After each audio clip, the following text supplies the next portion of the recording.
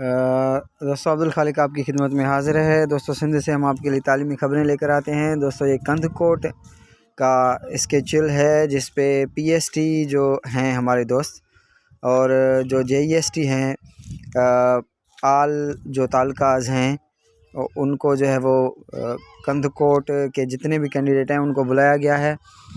काफ़ी दोस्त बहन और भाई हमारे यूट्यूब पे आकर कमेंट करते थे कि सर हमारा शेड्यूल कब आएगा, तो ये आपका शेड्यूल आ गया है।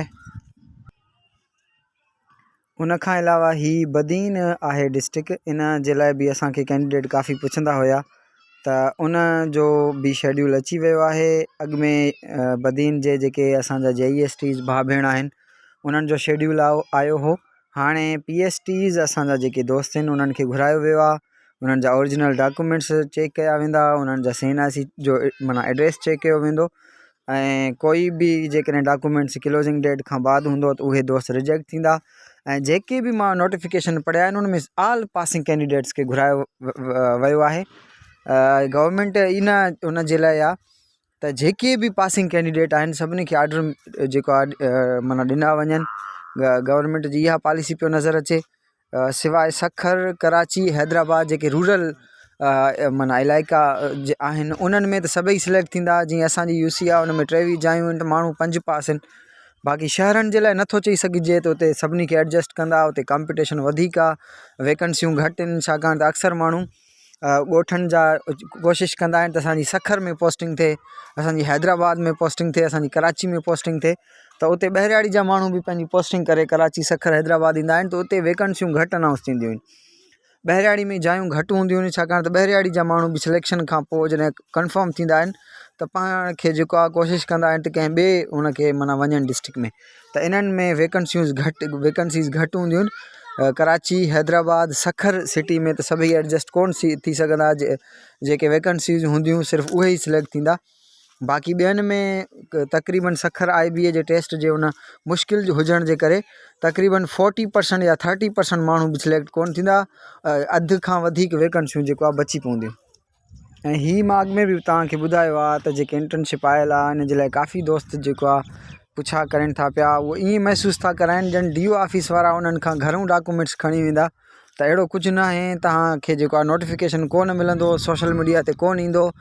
15 ॾींहंनि जो वक़फ़ो ॾिनो वियो हो जंहिंखे 7 ॾींहं थी विया आहिनि। तव्हां हिमत कयो, DO ऑफिस वञो, उन्हनि खां पुछा कयो ऐं पंहिंजा डॉक्यूमेंट्स जल्द खां जल्द सबमिट करायो। छाकाणि त DO लेवल ते न को ऑनलाइन एप्लीकेशन सबमिशन जो को प्रोसीजर आहे, न ई अहिड़े क़िस्म जी कुझु शइ आहे जो तव्हांखे जेको आहे TCS तव्हां डॉक्यूमेंट्स करे छॾियो। त अहिड़ो कुझु न थींदो। हिमत करे पंहिंजे जेके तव्हांजा कंसर्न्ड DO ऑफिसिस आहिनि उन्हनि खां वञी पुछो त वाह डॉक्यूमेंट्स वठो असांजा। ऐं जन डिस्ट्रिक्ट जा शेड्यूल अची विया आहिनि। इंशाल्लाह उन्हनि खे अप्रैल ताईं उन्हनि खे जेको आहे उन्हनि जा थी वेंदा PST ऐं JEST जा जॉइनिंग। ऐं डिसंबर ताईं इंशाल्लाह उन जूं सैलरियूं बि थी वेंदियूं। हिन दफ़े सैलरी प्रोसेस में थोरो लेट लॻंदो छाकाणि त जेकी डॉक्यूमेंट्स वेरिफिकेशन जो प्रोसेस आहे उहो स्किप करे उनखे जॉइनिंग खां बाद कंदा। जॾहिं वेरिफिकेशन जेसि ताईं न थी ईंदो एसि ताईं अव्हांखे सैलरी कोन मिलंदी। त इन टाइम में थोरो टाइम लॻंदो।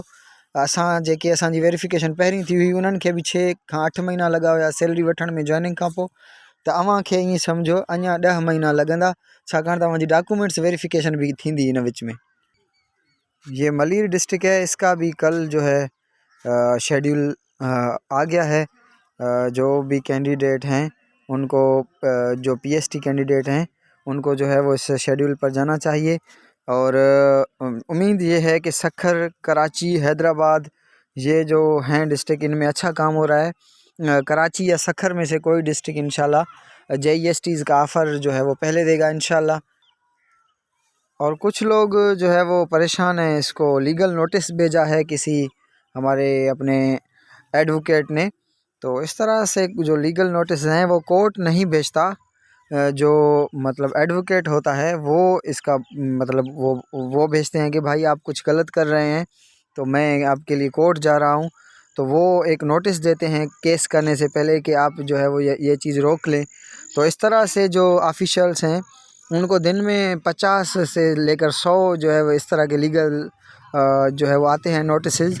और जो ये किसी कोर्ट ने नहीं भेजा, तो इसका कोई वो जो प्रोसेस है इस पर कोई ख़ास इफ़ेक्ट नहीं होगा जब तक इसमें जो कोर्ट है वो इंटरफेयर ना करे। और उम्मीद ये है कि कोर्ट इसमें नहीं करेंगे इंटरफेयर, क्योंकि जो रिक्रूटमेंट है वो ऑन दी जो हमारे कोर्ट थे उनके आर्डर पर ही जो है ये सब कुछ हो रहा है।